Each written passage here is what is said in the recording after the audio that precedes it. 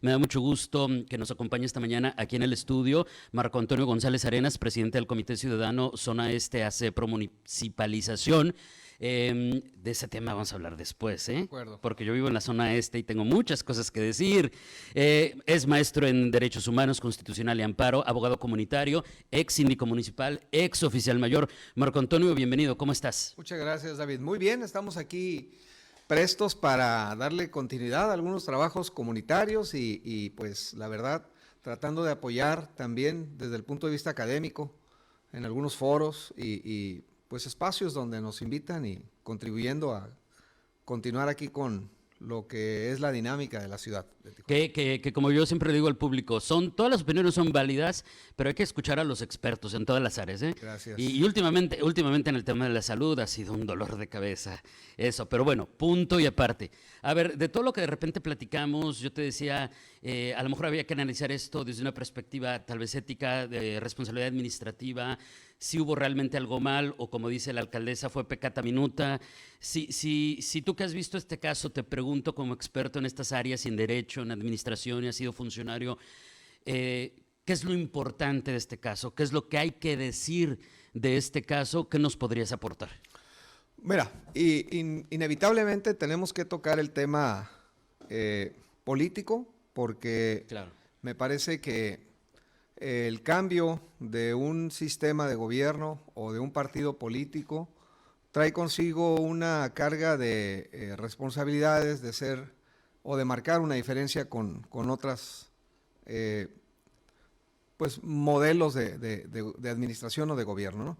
Yo parto de decir que Morena llega con una alta expectativa a gobernar frente a una población que está deseando verdaderamente un cambio y más en materia de transparencia y más en combate a la corrupción.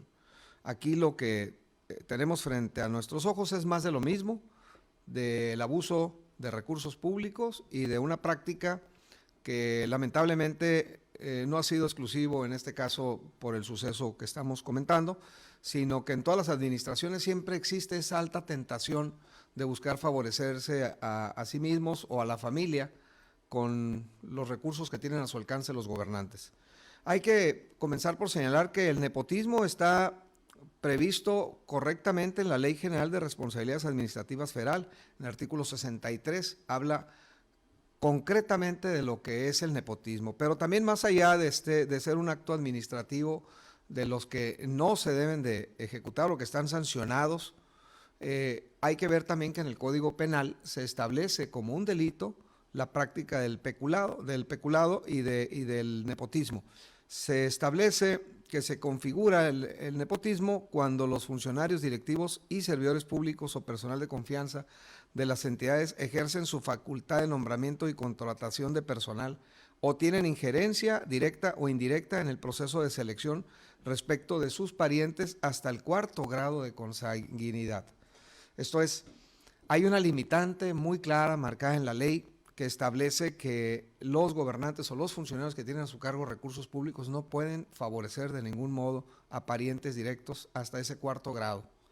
Aquí en este caso, y entrando a modo de análisis del suceso que destapó una situación que la verdad hoy en día deberíamos estar más frente a las medidas de solución a ese tema por haberse revelado públicamente con esa detención que practicó ahí la policía estatal, de cómo se va a corregir y cómo se va a solucionar eso que a la alcaldesa le parece normal. Si ella no sabía de que existen prohibiciones en la ley, que lo dudo porque es abogada, pues la verdad debería de estar ahorita frente a la crítica buscando soluciones a este tipo de prácticas. Me ha llamado mucho la atención que se trata de justificar de que su hermano tiene algunas funciones dentro de la administración y que son encomendadas por ella directamente para el mejor manejo de sus asuntos familiares, con lo que no estaríamos en desacuerdo en primer lugar. Lo que sí nos llama a la reflexión y nos permite decir que eso no es correcto es porque trae asignado personal de la administración pública a manera de escoltas y tiene a su cargo una unidad que resultó ser oficial y que forma parte del inventario de la administración pública municipal. Ahí ya estamos frente a un problema grave.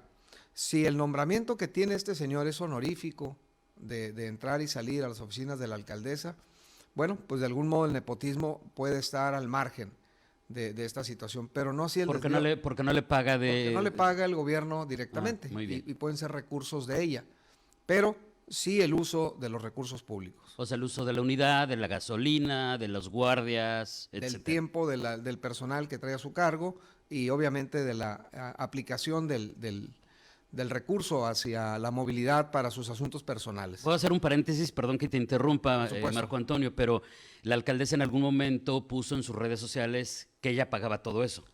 Y a mí me hacía ruido porque decía, bueno, si nos acaban de confirmar que son oficiales de la Secretaría de Seguridad Pública Municipal asignados de escoltas y que es una unidad oficial, yo también trabajé en gobierno y yo digo, pues yo que trabajé en gobierno, pues no sé si haya habido una reforma o un cambio, pero eso no se puede.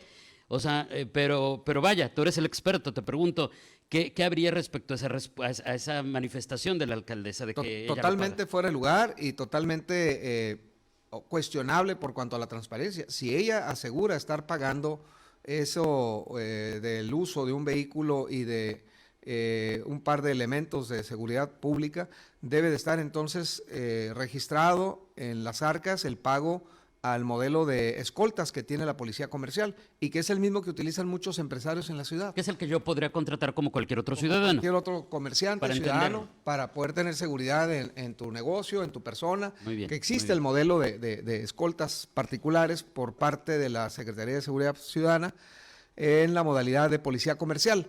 Ahí deberíamos de tener entonces a la vista un ingreso registrado por parte de la alcaldesa al tiempo que se utilizan, donde también tengo entendido que todavía a la fecha existe el uso de asignación de escoltas con todo y unidades. Si esto es así, me parece que la mejor manera, insisto, la alcaldesa debería estar ahorita trabajando en tratar de demostrar que es totalmente transparente y clara su asignación de recursos personales hacia ese punto. Como decía al principio, hay como muchos temas que de aquí Se desprenden. se desprenden. Y uno de ellos era esta discusión respecto, es que ellos no tienen por qué pararnos. O sea, si era una infracción de tránsito, un policía estatal no tiene por qué pararnos, no tiene por qué intervenirnos. De repente tenemos esa idea de la ciudadanía de decir, ay, sí es cierto, pues si yo cometí una infracción me puede tener un policía municipal, no nadie más. Pero digo, al final, aunque también puedo entender que es punto y aparte, hubo ahí un desencuentro, hubo un asunto en el que se andaban peleando, que se pusieron agresivos estos escoltas y al final los dejaron ir. ¿Qué nos podrías decir respecto a eso? Muy claro. Estamos en un estado donde está marcado por la violencia y por el alto índice de levantones, ejecuciones y todo eso que hoy en día nos vuelve a quejar aquí en la ciudad. Me parece que tenemos por ahí registrados un par de asuntos donde se ha visto que están involucrados policías ministeriales, policías municipales y otro tipo de agentes policíacos en diversa comisión de delitos.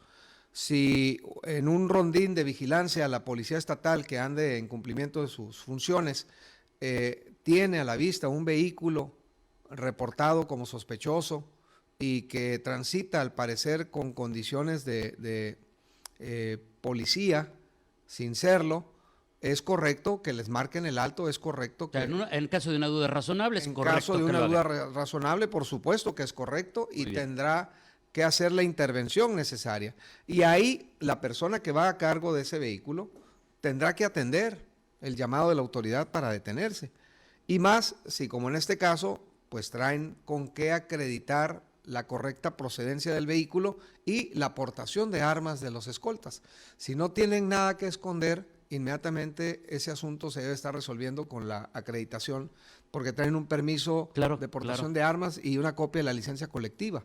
Ujú. Y eso se acaba en 2 minutos en cuanto se identifiquen y se va el problema. El asunto aquí es que me imagino yo que el no detenerse implicaba no revelar que estaba a cargo esa unidad de una persona que no tiene por qué andar en un vehículo oficial ni con personal O de sea, seguridad para asignado. decirlo claramente, que había una persona que era familiar de la alcaldesa, que no debería estar usando recursos públicos y estaba haciendo uso de ellos. Es correcto. O sea, Esa es la parte que al final del día yo creo que se estaba tratando de evitar y que bueno, pues hoy en día ya se reveló, lo que implica ahora una explicación correcta y una corrección de este tema, ¿no? Inmediatamente. Ahora, ¿qué opinión te merece la parte en la que, pues digo, a mí de repente me dicen, es que suena muy fuerte eso que digas que amenaza? Pues perdón, pero yo lo escucho y digo, está amenazando con romper el supuesto convenio de coordinación en materia de seguridad con el gobierno estatal, que porque pasa esto y que ya sabíamos que los pepos eran bien corruptos y que los regresaron y que ella estaba en contra, y vuelve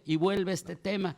Y pues bueno, el público no nos dejará mentir, Marco Antonio, que uno de los grandes temas es de exigencia actualmente en toda Baja California, pero especialmente en Tijuana, es el de la seguridad, y que la exigencia es coordínense. Y aunque ahí yo también diría, cuando no hay coordinación es responsabilidad de todos, no nada más del municipio, ahí van todos. Pero, ¿qué opinión te merecería esta parte? No, bueno, totalmente. Yo creo que como ciudadano estamos muy atentos a que la coordinación institucional entre los diferentes niveles de gobierno se dé, funcionen y dejen de estarse tropezando entre ellos en asuntos de atención a la seguridad que demanda la población. A mí me parece muy grave que un asunto personal ponga en riesgo una situación de coordinación interinstitucional entre dependencias de seguridad y más que nada subordinadas a una coordinación, por decirlo de una manera, de un control o manejo político en el Estado. Aquí tenemos muy claro que el que está en el gobierno, en el ejecutivo del gobierno del Estado, debe tener la responsabilidad principal sobre la coordinación dentro de los municipios.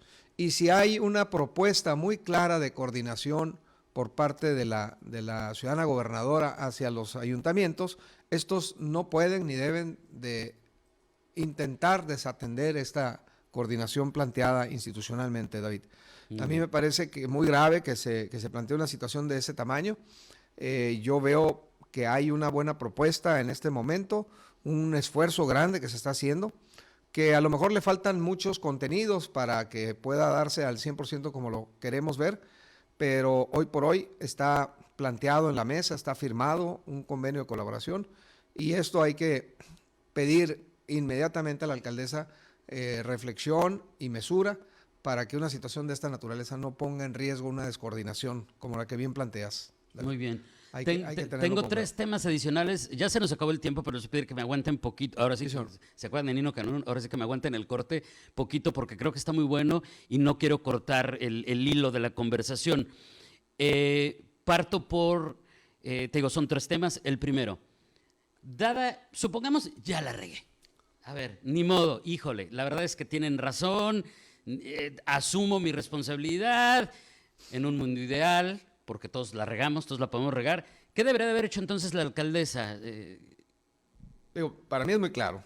Más que la alcaldesa, también el síndico procurador inmediatamente tomar cartas en el asunto e inmediatamente pedir la justificación del uso de los recursos públicos a la persona de la alcaldesa o a la familia de la alcaldesa. Inmediatamente es el síndico quien tiene que pedir aquí aclaración al respecto y si se está incurriendo en una práctica de desvío de recursos, imponer las sanciones inmediatas. Hay mucha duda de que si el síndico tiene facultades sobre un alcalde o no. Bueno, seguramente se podrá derivar algunas observaciones a manera de abrir una carpeta que le permita a la alcaldesa presentar los elementos de corrección a esas observaciones. ¿Que hay sanciones? Sí, yo creo que todo servidor público tiene una responsabilidad directa y en este caso hay un director de la policía que debe estar al tanto del uso del tiempo de esos policías y de esa unidad. Hacia allá debe de ir la corrección inmediatamente por parte del síndico procurador. Por parte de la alcaldesa vamos a suponer que ella no pensaba que esto fuera correcto, que fuera anormal, que fuera irregular. Bueno, inmediatamente con la observación de la sindicatura tiene ella que abstenerse, dice la ley de responsabilidades, de incurrir en este tipo de prácticas para evitar el desvío de recursos. Bueno, aunque el no conocer la ley no te exime. No, y hay una mayor responsabilidad cuando se trata de un experto en derecho. Claro. En este caso ella es abogada. Y bueno, la otra pregunta era justamente del síndico. Creo que de alguna manera ya me lo respondiste. O sea, ¿dónde está el síndico? Tiene que abrir una investigación por supuesto por oficio simplemente porque salió en los medios. Alguien tiene que irlo a denunciar, es lo único que me faltaría. No, las facultades del síndico son de oficio también. No tiene que estar atento únicamente a responder las denuncias que se presentan en su oficina. Él de oficio puede tomar cartas en el asunto inmediatamente al conocer de esta situación. Yo iría más allá, además de investigar una presunta responsabilidad administrativa, él tiene la obligación también de presentar denuncia por tratarse un delito, el peculado. Entonces, si se intenta hacer las cosas bien y se quieren demostrar una diferencia, y me regreso a lo político, David, una diferencia entre una forma de gobierno y otra, aquí deberían de poner el ejemplo de que las correcciones se dan incluso al nivel del Ejecutivo Municipal. Claro, por supuesto. Y entonces fue correcto mi comentario de ayer, lo tengo que presumir, ¿dónde está el síndico haciendo lo que tiene que hacer? Es correcto. Y hay que dejarlo sobre la mesa. Y la última pregunta es, en caso de que se hiciera lo que se debe de hacer, se hicieran las investigaciones, se siguiera todo el proceso, porque también tienen derecho a ir a responder, etcétera, etcétera, etcétera, y se configuraran las irregularidades o delitos que tú nos acabas de narrar, ¿qué tipo de sanciones podrían enfrentar? Aquí, como estamos hablando de una presunción de desvío de recursos, se tiene que cuantificar el daño patrimonial, es decir, el tiempo en dineros del uso de los recursos, tanto en la unidad, el combustible, el personal que ha estado asignado, y exigir la reposición de ese dinero, de ese daño patrimonial. Se establece pues la cuantificación y hay una obligación de regresar. Si no se cumple con esta devolución de los recursos públicos, vendrán otro tipo de sanciones que se establecen correctamente y muy claramente en la Ley de Responsabilidad de Servidores Públicos del Estado de Baja California. Es cuantificarlo y exigir la devolución. El famoso resarcimiento del daño. Eso es lo que debe venir. El costo que se determine, pues tienes que pagar. Sí, señor. Muy bien. Son recursos públicos, es recurso de la ciudadanía. Muy bien. Marco Antonio, te agradezco enormemente que nos hayas ayudado a entender esto desde una perspectiva jurídica, desde una perspectiva, desde tu expertise. Evidentemente, seguramente saldrán más preguntas conforme avancen los días. Y antes de despedirnos, nada más quiero comprometerte aquí al aire que regreses muy, pero muy pronto. Correcto. Porque te decía, me interesa mucho hablar de esta iniciativa para, como le dicen ahora, municipalizar la zona este de Tijuana, la labor que están haciendo con el Comité Pro Municipalización. Yo soy de la zona este y fíjate, te adelanto, yo tengo muchos años que viviendo en la zona este de Tijuana, amo a Tijuana, yo tengo todo lo que tengo es gracias a Tijuana. Correcto. Pero claro, llegó un momento en que dije, es que no va a alcanzar, no hay manera, algo se tiene que hacer. Y yo recuerdo que esto se hablaba desde hace 10, 15, 20 años, de que a lo mejor somos un municipio tan grande que, por ejemplo, en materia electoral, es tan grande que equivale a un proceso electoral de una gobernatura de otras partes del país. Es correcto.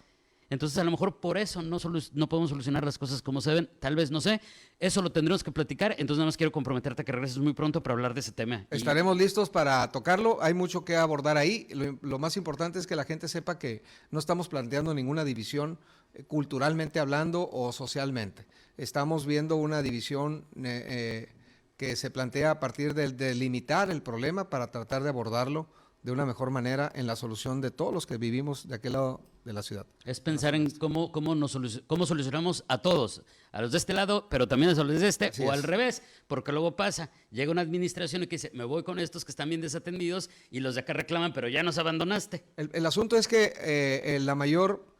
el mayor ingreso que tiene el Ayuntamiento de Tijuana se debe a las participaciones federales, es el número uno, el rubro número uno de ingresos. ¿Y qué creen? Ese ingreso obedece precisamente a la fórmula que tiene que ver con el combate al rezago. Y el rezago está en la zona este. De manera de eso platicamos cuando regreses. Y lo desglosamos, pero completito para entenderlo y ya pues estemos bien informados. De acuerdísimo, David. Con mucho gusto me dará. Gracias. Es Marco Antonio González Arenas, presidente del Comité Ciudadano Zona Este, Asociación Civil Pro Municipalización, maestro en Derechos Humanos Constitucional y Amparo, abogado comunitario, ex síndico municipal y ex oficial mayor.